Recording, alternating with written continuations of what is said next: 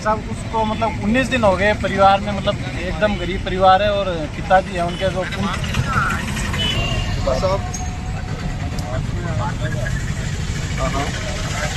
भाई जैसे उन्होंने चोटें मारी है वो होती तो आज वो ख़त्म भी हो सकता था। वो इस तरीके से उसको पैर में से मारा पीटा गया। पुलिस प्रशासन से मैंने एसपी लेवल तक बात की, एसएचओ से बात की, वो रोज़ कहते रहे। जी भाई साहब के पास परिवार गया है, उनसे बातचीत की है, एसपी से उन्होंने वार्ता की है और कड़े निर्देश दिए हैं, लेकिन फिर भी ये प्रशासन नहीं चेत रहेगा तो यहाँ आएंगे हनुमान जी बेनीवाल और इस परिवार को लास्ट उम्मीद है जो न्याय योद्धा है वो ही करण कुमावत के साथ में मारपीट की घटना थी। मामूली सी घटना के बाद में उसके साथ में जानलेवा हमला किया गया। अपराधी चिन्हित हो गए, उसके बावजूद आज तक उनकी गिरफ्तारी नहीं हुई। कल मसाल जुलूस उन्होंने निकाला था और आज तमाम जो जनप्रतिनिधि हैं वो भी यहाँ पहुँच रहे हैं।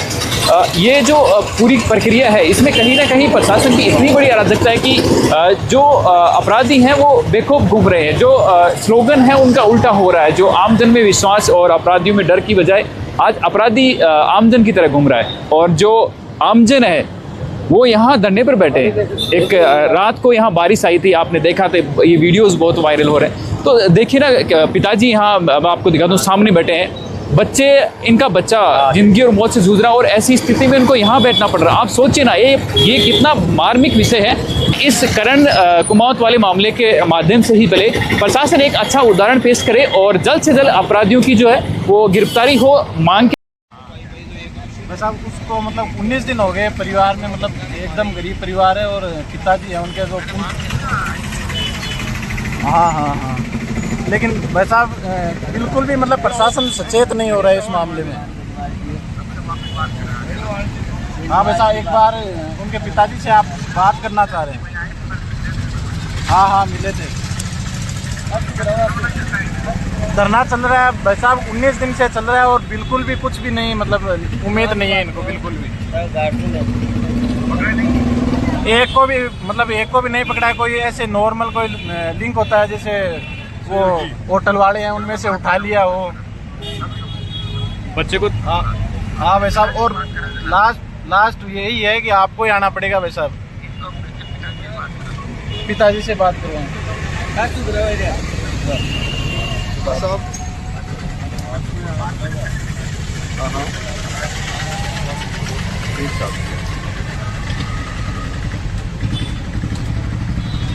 प्रशासन का जो स्लोगन है आमजन में विश्वास और अपराधियों में डर, जो कि एकदम ही गलत साबित होता जा रहा है। आप देख पा रहे हैं आए दिन ये मारपीट की घटनाएं होती जा रही हैं। जो अपराधी है एक मामले में वांछित है, वो फरारी के दौरान दूसरे मामले में भी, क्योंकि उनको लगता है कि हम एक ही बार में दोनों मामलों में सज़ा काट के हम बाहर के साइड आ जाएंगे।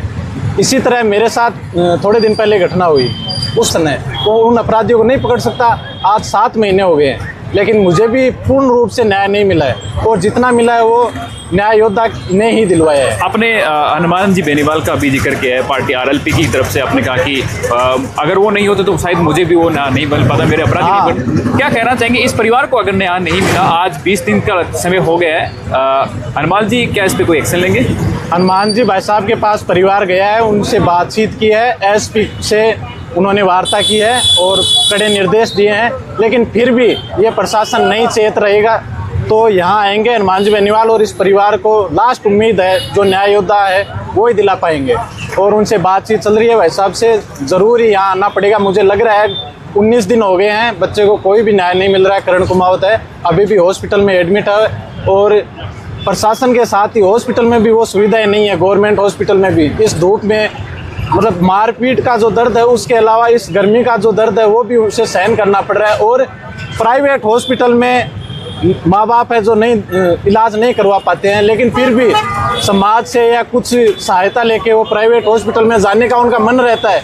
लेकिन वो जो केस की कड़ी है उसको गवर्नमेंट हॉस्पिटल में ही एडमिट करवाते हैं, केस की कड़ी थोड़ी मजबूत हो। इस चक्कर में वो बच्चा वहाँ परेशान हो रहा है। लेकिन प्रशासन को ये केस की कड़ी मजबूत करना, ये चीज़ें दिखानी पड़ रही हैं और न्याय नहीं मिल रहा है। अब इसके बारे में प्रशासन तो शर्मसार कर रहा है, तो इसके लिए न्याय योद्धा आएंगे, ज़रूर आएंगे। ये घटनाक्रम 26 तारीख को हुआ। मुझे पता लगा वाया मीडिया, सोशल मीडिया में जब पीटते हुए मैंने खुद देखा हो उसको, वो तो ये बता रहे हैं कि वो तो छोटा सा एक लास्ट की वो घटना थी, उससे पहले उसे बुरी तरह पीटा गया। मैं हॉस्पिटल में आया, उसकी हालत देखी, नो डाउट मैं ये कह सकता हूँ तो उसके हेड इंजरी नहीं हो पाई, जैसे उन्होंने चोटें मारी है, वो होती तो आज वो ख़त्म भी हो सकता था। वो इस तरीके से उसको पैर में से मारा पीटा गया। पुलिस प्रशासन से मैंने एसपी लेवल तक बात की, एसएचओ से बात की, वो रोज़ कहते रहे कि हम लगे हुए हैं, हम जल्दी अरेस्ट कर लेंगे, लेकिन आज 26 से लेके आज 13 तारीख हो गई, लंबा वक्त गुजर गया। पुलिस का प्रयास नाकाफ़ी है और जनता को आज सड़कों में आना पड़ा, वरना सड़कों में आने की आवश्यकता नहीं है। आज ये एक पराकाष्ठा है कि ये हताश हो गए इस व्यवस्था से, तभी इन्हें मसाल जुलूस निकालना पड़ रहा है, इन्हें प्रदर्शन करना पड़ रहा है। अगर पुलिस कार्रवाई करती अब तक तो इन्हें क्या आवश्यकता थी कि अपना सारा काम छोड़ के और ये आज लोग प्रशासन के खिलाफ धरने में बैठे हैं। तो ये निश्चित रूप से एक प्रशासन का फेलियर है। ये यहाँ की नहीं, खाटू श्याम जी, हमारे समय में खाटू श्याम जी में ही भीड़ थी, हमारी गवर्नमेंट थी। 3 महिलाएं भगदड़ में वो ख़त्म हो गई थी।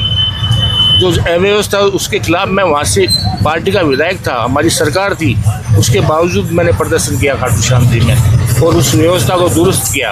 उसी दुरुस्ती का नतीजा है कि वो 14 रोड जो बनी हुई है आज आराम से दर्शन होते हैं, भगदड़ का माहौल नहीं रहता। लेकिन मैं आज कह सकता हूँ कि ये सारा कुछ इस शासन और प्रशासन की वजह से वहाँ पे खाटू श्याम जी में आज अपराधी किस्म के लोग जो ये गेस्ट हाउस किराए पे लेते हैं, बहुत सारे लोग फरारी काटने के लिए यहाँ हैं। आपको हरियाणा के मिल जाएंगे, आपको यूपी के मिल जाएंगे।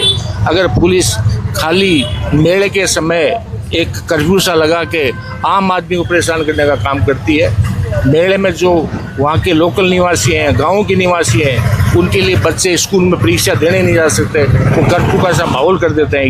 ये मेला व्यवस्था करते हैं ये लोग। उसके अलावा मामले में परिवारजनों को कितना पेशेंस और करना पड़ेगा, आपको क्या लगता है?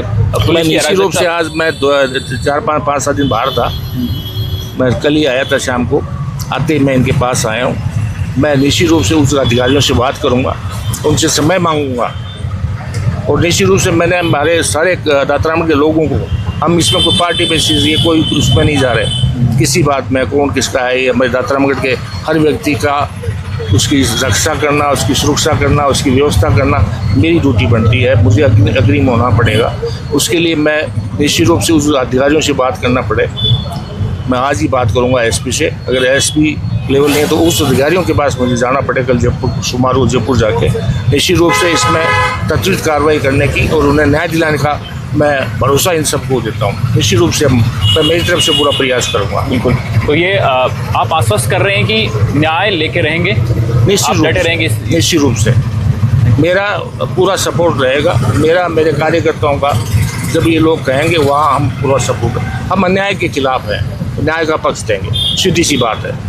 हमें कोई झिझक नहीं है, हम कहाँ जा रहे हैं, क्या कर रहे हैं, हम न्याय के पक्ष में रहेंगे और हमारी ड्यूटी यही बनती है, मेरा फ़र्ज़ यही बनता है। और निश्चित रूप से मैं यहाँ पे लेवल पे अगर वो होता है कुछ समाधान तो ठीक है, या ऊपर लेवल तक हमें तो हमने तमाम जनप्रतिनिधि से जो अभी पहुंचे थे, वीरेंद्र जी आए थे, उनसे भी हमने बातचीत करने की कोशिश करी और सबसे बड़ा एक पॉइंट निकल के आया कि अगर जो हमारे आरएलपी के सुप्रीमो हैं उन तक भी बात पहुंची है तो वो भी कहीं ना कहीं इसमें इन्वॉल्व होने जा रहे हैं। तो आगे क्या होगा इसकी रणनीति अभी तय नहीं है, लेकिन हो सकता है हनुमान बेनीवाल को यहाँ आना पड़े और क्योंकि न्याय के लिए कह रहे हैं कि अंतिम लड़ाई हुई है। तो आपको क्या लगता है ऐसी स्थितियों में अब आपको क्या करना चाहिए? पुलिस प्रशासन को इस पर जल्द से जल्द संज्ञान लेना चाहिए, हम ये अपील कर रहे हैं। Thank you so much for